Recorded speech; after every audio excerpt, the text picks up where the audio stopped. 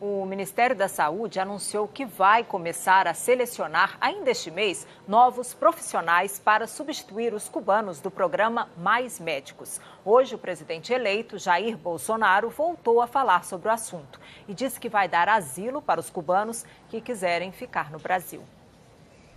Representantes do Ministério da Saúde e da Organização Pan-Americana de Saúde se reuniram durante todo o dia em Brasília. Eles discutiram a saída dos 8.300 cubanos do programa Mais Médicos. A Organização Pan-Americana é responsável pelo contrato com o governo de Cuba para o Mais Médicos. O governo cubano já decidiu, quer que todos retornem até o fim de dezembro. Atualmente, os médicos atendem a 28 milhões de pessoas em 2.857 municípios. Em Ponta Grossa, no interior do Paraná, por exemplo, dos 80 médicos do programa, 56 são cubanos. A prefeitura disse que vai remanejar profissionais e mexer nas escalas para evitar um colapso no atendimento. Mas os moradores estão preocupados. Vai ficar bem difícil, né? Bastante gente está preocupado com isso. Nossa, meu Deus, como que vai ficar agora? Cuba anunciou o fim da participação no Mais Médicos depois que o presidente eleito propôs mudanças no contrato. Hoje pela manhã, Jair Bolsonaro visitou o 1º Distrito Naval no Rio. Na saída, ele voltou a criticar o programa criado em 2013 na gestão de Dilma Rousseff. É a situação de praticamente escravidão que estão sendo submetidos os médicos e as médicas cubanas no Brasil. Imaginou confiscar da senhora 70% do seu salário? O presidente eleito também repetiu que os cubanos deveriam passar por uma prova para revalidar o diploma e checar a qualidade da formação deles. Será que nós devemos destinar aos mais pobres, profissionais entre aspas, sem qualquer garantia de que eles sejam realmente razoáveis profissionais no mínimo? Isso é injusto, isso é desumano. E disse que vai conceder asilo para todos os médicos cubanos que pedirem para ficar no país. Se eu for presidente, o cubano que pedir asilo aqui, justifica, no meu entender, pela ditadura da ilha, terá o asilo concedido da minha parte. O Ministério da Saúde confirmou hoje que vai lançar o edital para a contratação de médicos brasileiros na segunda ou na terça-feira. O objetivo do governo é ter os novos profissionais prontos para ocupar as vagas disponíveis à medida em que os cubanos forem deixando o país. Nós acreditamos que existe um universo de cerca aí de 15 a 20 mil médicos que estão aptos a participarem do edital e a nossa ideia é fazer isso imediatamente. Ainda agora em novembro nós já temos médicos que tenham condições já escolhendo seus lugares para trabalhar. O ministro da Saúde afirmou ainda que, num primeiro momento, a prioridade será para médicos formados no Brasil, mas admitiu que, ano passado, no último edital, os brasileiros não quiseram ocupar vagas em várias localidades e foi preciso chamar estrangeiros. Ele disse também que estuda a possibilidade de convocar médicos formados pelo FIES, o Programa de Financiamento Estudantil do Governo Federal. A Embaixada de Cuba em Brasília declarou que não havia nenhuma restrição às famílias que quisessem acompanhar os médicos cubanos do Brasil. A Organização Pan-Americana de Saúde, responsável pelo contrato do programa, afirmou que a restrição não está prevista em nenhuma cláusula e que o governo brasileiro poderia conceder visto aos dependentes legais dos profissionais estrangeiros. O presidente eleito Jair Bolsonaro apresentou hoje ao Tribunal Superior Eleitoral uma retificação da prestação de contas da campanha dele. Na terça-feira, o ministro Luiz Roberto Barroso tinha intimado a campanha a prestar esclarecimentos sobre 23 inconsistências indicadas por técnico do TSE na prestação inicial. Na manifestação apresentada hoje, com as justificativas, foram anexados documentos e comprovantes de gastos.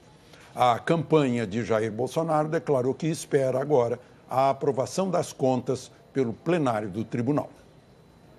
A economia brasileira teve uma expansão de 1,74% no terceiro trimestre do ano. O índice de atividade econômica do Banco Central, considerado uma prévia do PIB, mostrou uma recuperação depois da greve dos caminhoneiros. Mas em setembro houve uma pequena retração em relação ao mês anterior.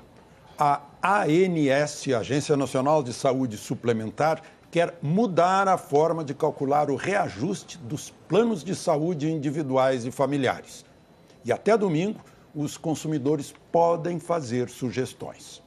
A dona do salão não vê nenhuma beleza no que anda pagando pelo plano de saúde. Ivani tem um plano individual há 30 anos e todo mês se assusta com o boleto. O meu plano individual foi aumentado em abril pela idade, em torno de 10%, 11%. E agora, com o aumento que liberaram para todos os planos, foi mais 10%. A Ivani está preocupada em ter que pagar ainda mais. A Agência Nacional de Saúde está mudando a forma de calcular o reajuste dos planos individuais. E, para isso, está recebendo sugestões da população pela internet. A ideia é que a nova forma de cálculo entre em vigor em maio do ano que vem, quando for anunciado o índice de reajuste anual. Hoje, os planos individuais e familiares são reajustados levando em consideração os aumentos dos planos coletivos.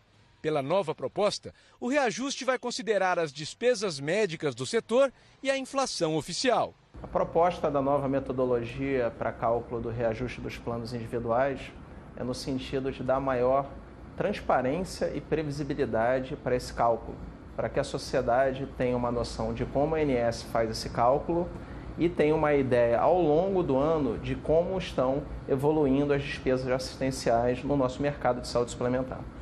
Entidades de defesa do consumidor afirmam que até agora não sabem de quanto será o reajuste, se o plano vai subir mais ou menos para o consumidor. Não foi feita nenhuma simulação. Nos anos anteriores, por exemplo, nos últimos 3 ou 4 anos, aplicando-se essa nova metodologia. Então, o preço final, se vai ficar mais caro, mais barato, para o consumidor, na ponta, a gente não teve como aferir. O setor de planos individuais e familiares está estagnado no país, com pouco mais de 9 milhões de usuários. As empresas de planos de saúde, representadas pela FenaSaúde, pedem que a mudança seja gradual e que a metodologia seja mais detalhada e testada para que se faça uma mudança consistente. A República decidiu antecipar a saída dele da carreira na Justiça Federal. Logo que aceitou participar do governo do presidente eleito Jair Bolsonaro no início do mês, Sérgio Moro pediu férias e se afastou dos processos da Lava Jato. Na época, disse que só iria pedir exoneração quando tomasse posse em janeiro, porque não queria que a família dele ficasse desprotegida. Em entrevista ao Fantástico no último domingo, Sérgio Moro explicou. O que a Constituição proíbe é que um juiz, certo, assuma uma posição, um cargo no executivo. Eu não estou assumindo nenhum cargo.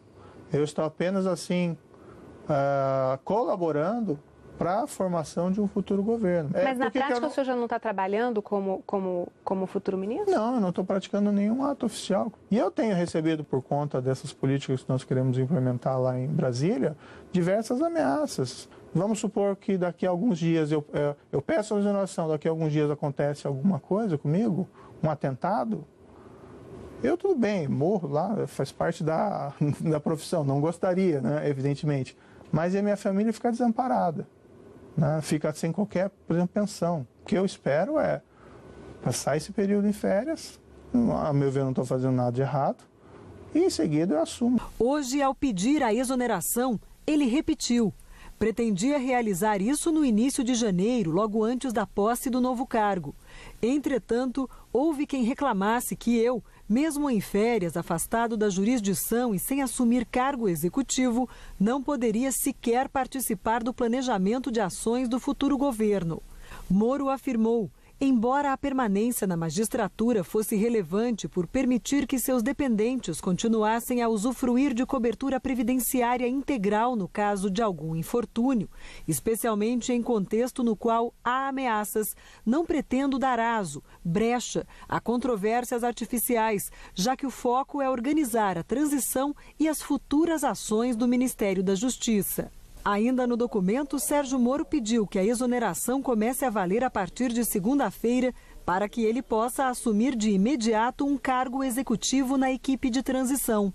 O pedido foi enviado hoje cedo para o desembargador Carlos Eduardo Thompson Flores, presidente do Tribunal Regional Federal da 4ª Região em Porto Alegre. Segundo o TRF4, o ato de exoneração de Sérgio Moro foi assinado no início da tarde e segue agora para a publicação no Diário Oficial, o que deve acontecer no início da semana. A partir daí, o tribunal começa o processo para escolher um novo juiz para ocupar definitivamente a vaga. Ela será preenchida num concurso entre juízes federais. Todo o processo de substituição deve levar em torno de 40 dias. Até lá, quem continua com as ações da Lava Jato em Curitiba é a juíza substituta Gabriela Hart.